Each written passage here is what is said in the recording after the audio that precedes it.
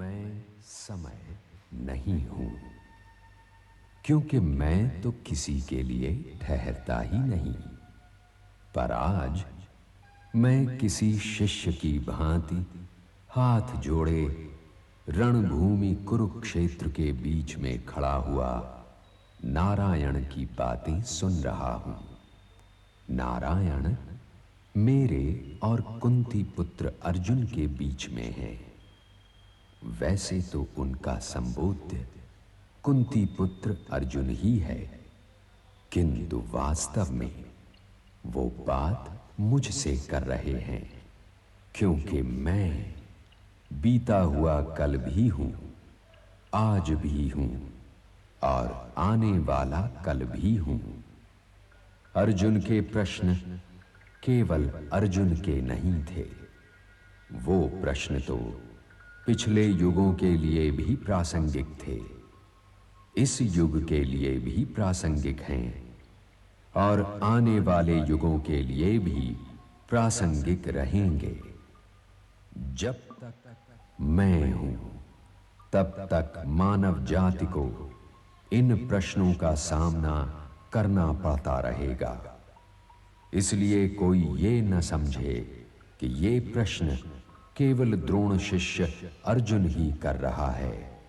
उसके कंठ से मैं भी बोल रहा हूं, क्योंकि हर दिन हर युग के भीतर उसका एक अपना कुरुक्षेत्र होता है और होता रहेगा। इसलिए हे मानव, यदि अपने वर्तमान और भविष्य का सामना करना है तो कुरुक्षेत्र की ओर मुंह करके खड़ा हो जा और स्वयं नारायण से अपने उन प्रश्नों के उत्तर सुन जो सदैव से तुझे परेशान करते चले आ रहे हैं। धृतराष्ट्र उवाच धर्मक्षेत्रे कुरुक्षेत्रे संवेतायुयुत्सव मामका पांडवाश्चैव किम कुर्वर्त संजय। धृतराष्ट्र बोले, हे संजय, धर्मभूमि कुरुक्षेत्र में एकत्रित युद्ध की इच्छा रखने वाले मेरे और पांडु के पुत्रों ने क्या किया। संजय उवाच ऋषिकेशं गुडाकेश परन्तप नायोत्स्य इति गोविन्दमुक्त्वा तूष्णीं बभूवः। संजय बोले, हे राजन, निद्रा को जीतने वाले अर्जुन अंतर्यामी श्री कृष्ण महाराज के प्रति इस प्रकार कहकर श्री गोविंद भगवान से बैठ गए। युद्ध नहीं करूंगा, युद्ध नहीं करूंगा। अर्जुन उवाच कथं भीष्महं संख्ये द्रोणं च मधुसूदन इषुभिः परियोत्स्यामि पूजार्हावरिसूदन। अर्जुन बोले, हे मधुसूदन, मैं रणभूमि में किस प्रकार बाणों से भीष्म पितामह और द्रोणाचार्य के विरुद्ध लड़ूंगा, क्योंकि हे अरुसूदन, वे दोनों ही पूजनीय हैं। श्री भगवान उवाच नैनं छिन्दन्ति शस्त्राणि नैनं दहति पावक न चैनं क्लेदयन्त्यापो न शोषयति मारुतः योगस्थः गुरुकर्माणि संगं त्यक्त्वा धनञ्जय सिद्धिसिद्ध्यो समो भूत्वा समत्वं योग उच्यते। भगवान बोले, इस आत्मा को शस्त्र नहीं काट सकते, इसको आग नहीं जला सकती, इसको जल नहीं गला सकता और इसको वायु भी नहीं सुखा सकता। हे धनंजय, हे अर्जुन, तू आसक्ति को त्याग कर और सिद्धि और असिद्धि में समान बुद्धि वाला होकर योग में स्थित हुआ कर्तव्य कर्मों को करो, समत्व ही योग कहलाता है। अर्जुन उवाच गुरुन् हत्वा हि महानुभावान् श्रेयो भोक्तुं वैक्ष्मपीह लोके हत्वार्थकामांस्तु गुरून् इहैव भुञ्ज्य भोगान् रुधिर्प्रदिग्धान्। अर्जुन बोले, इसलिए इन महानुभाव गुरुजनों को न मारकर मैं इस लोक में भिक्षा का अन्न भी खाना कल्याणकारक समझता हूँ। हे भगवान, क्योंकि गुरुजनों को मारकर भी इस लोक में रुधिर से सने हुए अर्थ और काम रूप भोगों को ही तो भोगूंगा। श्री भगवान उवाच कर्मण्येवाधिकारस्ते मा फलेषु कदाचन मा कर्मफल हेतुर्भू मा ते संगोऽस्त कर्मणि प्रसादे सर्वदुःखानां हानिरस्योपजायते प्रसन्नचेतसो यासु बुद्धिर्पर्यवतिष्ठते। भगवान बोले, हे अर्जुन, तेरा कर्म करने में ही अधिकार है, उसके फलों में कभी नहीं। इसलिए तू कर्मों के फल के हेतु मत हो तथा तेरी कर्म न करने में भी आसक्ति न हो। अंतःकरण की प्रसन्नता होने पर इसके संपूर्ण दुखों का अभाव हो जाता है और उस प्रसन्न चित्त वाले कर्मयोगी की बुद्धि शीघ्र ही सब ओर से हटकर एक परमात्मा में भली भांति स्थिर हो जाती है।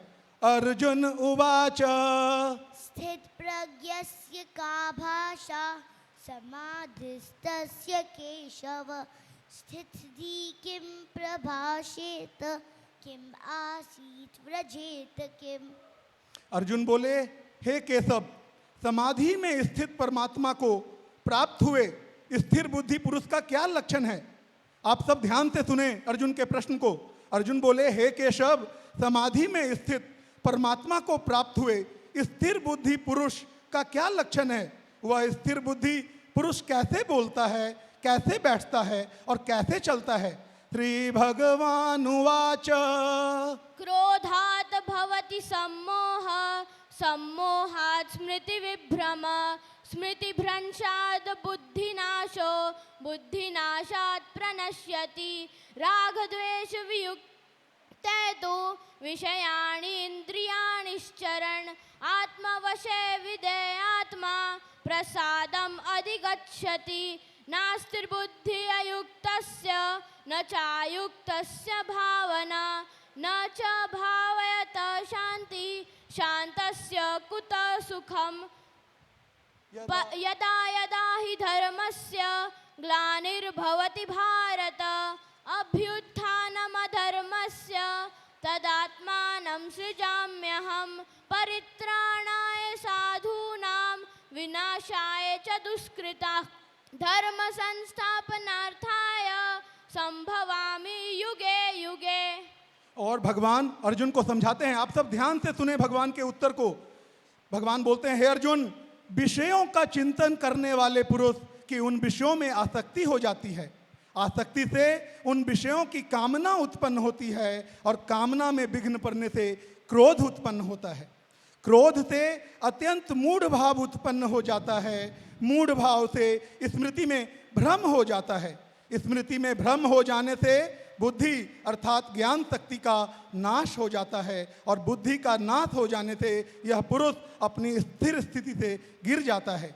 परंतु अपने अधीन किए हुए अंतःकरण वाला साधक अपने बस में ही हुई राग द्वेष से रहित इंद्रियों द्वारा विषयों में विचरण करता हुआ अंतःकरण की प्रसन्नता को प्राप्त होता है। और फिर भगवान बोलते हैं, हे अर्जुन, हे भारत, जब जब धर्म की हानि और अधर्म की वृद्धि होती है तब तब मैं अपने रूप को रचता हूँ, अर्थात साकार रूप से लोगों के सम्मुख प्रकट होता हूँ।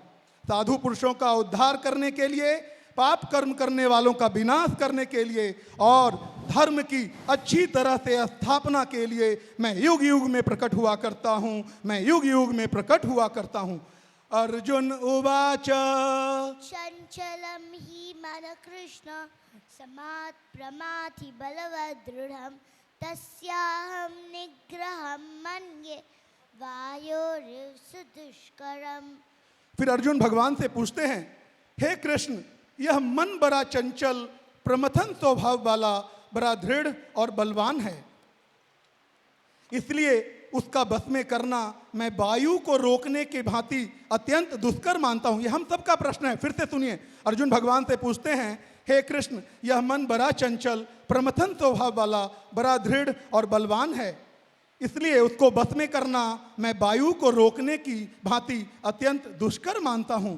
श्री भगवान उवाच असंशयं महाबाहो मनो दुर्निग्रहं चलम अभ्यासेन तु कौन्तेय वैराग्येन च गृहाते। भगवान बोले, हे महाबाहो, निसंदेह मन चंचल और कठिनता से बस में करने वाला है। हे अर्जुन, निसंदेह मन चंचल और कठिनता से बस में करने वाला है। परंतु हे कुंती पुत्र अर्जुन, हे कुंती पुत्र अर्जुन, यह अभ्यास और वैराग्य से बस में होता है। अर्जुन उवाच देवद्विज गुरु प्राज्ञ पूजनम शौचमार्जवम ब्रह्मचर्यम अहिंसा च शारीरम तप उच्यते। अनुद्वेगकरं वाक्यं सत्यं प्रियहितं च यत् स्वाध्यायाभ्यसनं चैव वाङ्मयं तप उच्यते। मनः प्रसादः सौम्यत्वं मौनमा आत्मविनिग्रहः भावसंशुद्धिर्विद्ये तपोमानसमुच्यते। अर्जुन भगवान से बोलते हैं, भगवान, अभ्यास और वैराग्य में से ये मन बस में होता है, इसकी आप 3 तरीके बताते हैं, शरीर की तपस्या, वाणी की तपस्या और मन की तपस्या। अर्जुन बोलते हैं, देवता, ब्राह्मण, गुरु और ज्ञानी जनों का पूजन, पवित्रता, सरलता, ब्रह्मचर्य और अहिंसा, यह शरीर संबंधी तपस्या है। हे भगवान, जो उद्वेग न करने वाला, प्रिय और हितकारक एवं यथार्थ भाषण है तथा जो वेद शास्त्रों के पठन का एवं परमेश्वर के नाम जप का अभ्यास करता है, वह वाणी संबंधी तपस्या कहा जाता है। हे भगवान, मन की प्रसन्नता, शांत भाव, भगवत चिंतन करने का स्वभाव, मन का निग्रह और अंतःकरण के भावों की भली भांति पवित्रता, इस प्रकार यह मन संबंधी तपस्या कहा जाता है और इस अभ्यास और वैराग्य से मन को बस में किया जा सकता है। श्री भगवान उवाच मन्मना भव मद्भक्त्यो मद्याजी मां नमस्कुरु मामे वैश्यसि सत्यन्ते प्रतिजाने प्रियोऽसि मे। और इस तरह भगवान आखिरी में अर्जुन और हम सबको यह संदेश देते हैं, हे अर्जुन, तू मुझ में मन वाला हो, मेरा भक्त बन, मेरा पूजन करने वाला हो और मुझको प्रणाम कर। ऐसा करने से तुझे अर्जुन तू मुझ में ही प्राप्त होगा। यह मैं तुझे सत्य प्रतिज्ञा करता हूँ, क्योंकि तू मेरा अत्यंत प्रिय है, तू मेरा अत्यंत प्रिय है। अर्जुन उवाच नष्ट मोह स्मृतिर्लब्धा त्वत्प्रसाद मयाच्युत स्थितो अस्मि गतः संदेहः करिष्ये वचनं तव। और अर्जुन पूरी भगवत गीता सुनने के बाद भगवान से बोलते हैं, हे अच्युत, हे भगवान, आपकी कृपा से मेरा मोह नष्ट हो गया है और मैंने स्मृति प्राप्त कर ली है। मैं आत्मज्ञान को समझ गया हूँ, अब मैं संशय रहित होकर स्थित हूँ, अतः आपकी आज्ञा का पालन करूँगा, आपके वचनों के द्वारा अपना कर्तव्य करूँगा। संजय उवाच यत्र योगेश्वरः कृष्णो यत्र पार्थो धनुर्धर तत्र श्रीविजयो भूतिर्ध्रुवा नीतिर्मतिर्मम। यत्र योगेश्वरः कृष्णो यत्र पार्थो धनुर्धर तत्र श्रीविजयो भूतिर्ध्रुवा नीतिर्मतिर्मम। हे राजन, जहाँ योगेश्वर भगवान श्री कृष्ण हैं और जहाँ गांडीव धनुषधारी अर्जुन हैं, वहीं पर श्री विजय